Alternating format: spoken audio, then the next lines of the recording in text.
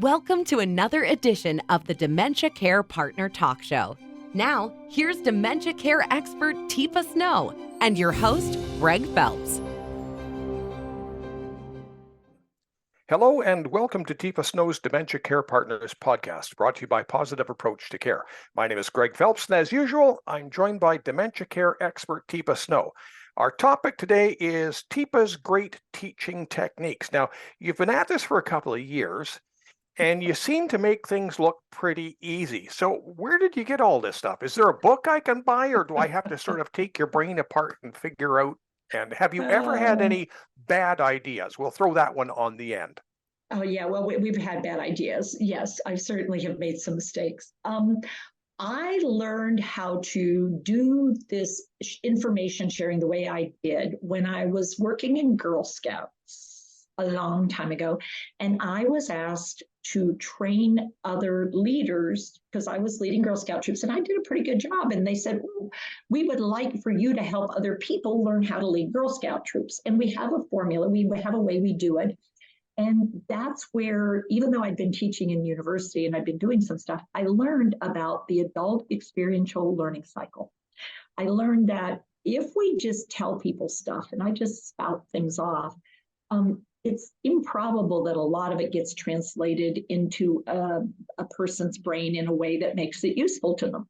Sort of like Bart Simpson used to go, wah, wah, wah, wah, when he was listening to the teacher. Yeah, that's pretty much it. Wah, wah, wah. So one of the cool parts is a little different. And what happens there is I say, so here's what we're going to do. We're going to do something. We're going to have an experience. And then I'm going to ask you what you noticed when you were doing that, or when we were looking at that, or when we were sharing something. And then I ask you, so what happened for you, or what did you notice? And then, why do you think that is? Now, this is my chance to lead it a little bit and say, do you think it was this, or do you think it was more likely that? And then we get to plug it into, so what do you think that means when we talk about when you're trying to help somebody, like in your life, to get up out of a chair? And it's like, oh, and they get their aha, connect the dots. And then it's like, so what's the one thing you want to try differently when you go back into the situation where you're trying to help somebody?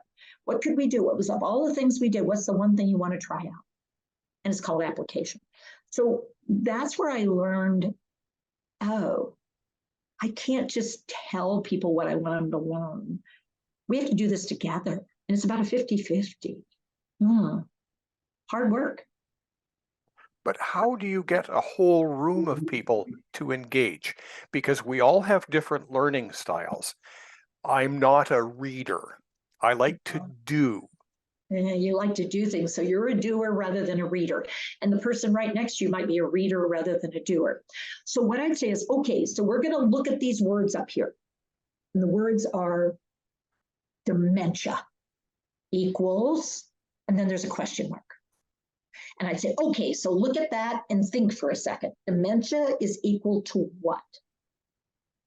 And probably 90% of people will say Alzheimer's. Alzheimer's. And if that's what they say, then what I'm going to have you do is turn and talk with each other for a few seconds about what could fit in there.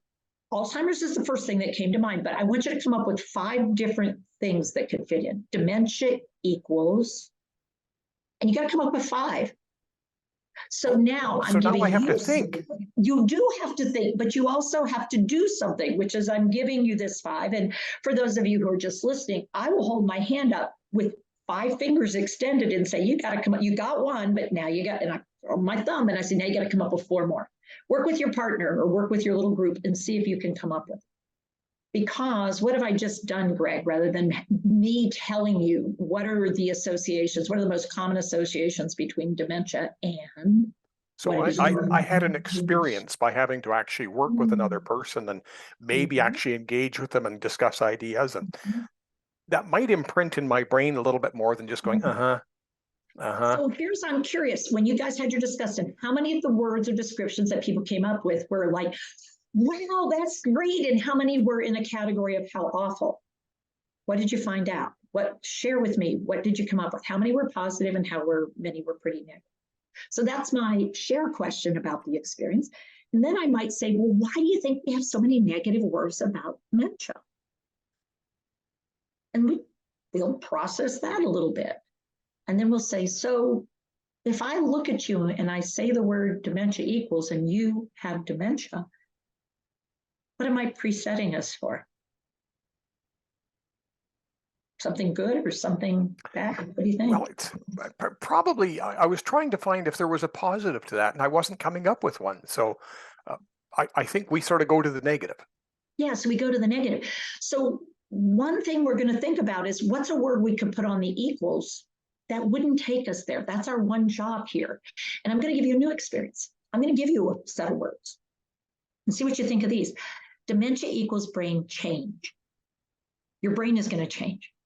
Chemically and physically, it's going to change. Talk with your group about those words.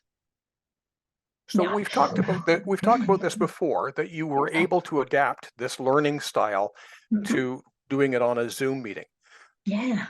But if given the opportunity, in person is still so much better, because we miss the touch, we miss the connectivity. I can't high five you. You can't come along, and it's just, you can't feel what it feels like to have me up close to you, looking at you in your space, and you can't figure out exactly what's going on. For me, it's a very different phenomenon to be in person when dementia's in the mix, for sure. That said, if the only option is because of fiscal restraint or anything else, or COVID or anything else, these skills, I know some places are loath to invest in their staff because they might go and work somewhere else, but they might also stay and make life better for somebody who's actually living there. Yeah, they might change everything if we could be less greedy about, well, I don't want to do this unless I get a benefit. It's like, well, you'll never know what the benefit is if you don't do it, because frankly, it may not be at work that this shows up. It may be in our relationship between you and me, and neither of us has dementia, but suddenly I'm more interested in working with you than telling you things. Maybe I ask you a question rather than make an assumption about you. Because when we think about dementia equals brain change, even that simple example I gave you, that one simple example. So, Greg, I'm interested. Have you ever had some sudden brain changes that affected what you could do, what you could notice, where you wanted to be? What do you think? Well, I think I might have had the occasional one in a hockey game where I wasn't quite sure where I was. Yeah. So in that moment, I'm wondering if that ability to recognize, wow, I'm having a brain change, might just be not about the other person, but about ourselves, and realizing you can change your brain in positive ways, not just a loss. So for me, this is all about how we help people change their brains. And that's why I do what I do, and how I do it is to be really super interested in whatever way I can get up with you. If it's only on a phone line, if it's only in, like for a very short little email, I can do this. This idea of being curious and supportive of another human being when they're saying, I don't know what to do with her. Wow, yeah, that's rough. You're feeling really overwhelmed, sounds like. Yeah, tell me, share. Okay, so, it's so much a part of who I am these days that I have to work hard not to do it. But I would say when I first started, I was a typical lecturer in a situation, but I've tried to do a little better these days. Well, it is fun to watch Teepa work a room. If people get the opportunity, because she's not going to stand at the lectern and talk for an hour and a half, you best not be sleeping in the back of the class, because she might find you. So Teepa, it doesn't translate as well on video, but I mean, if that's your alternative, we have to get knowledge out there.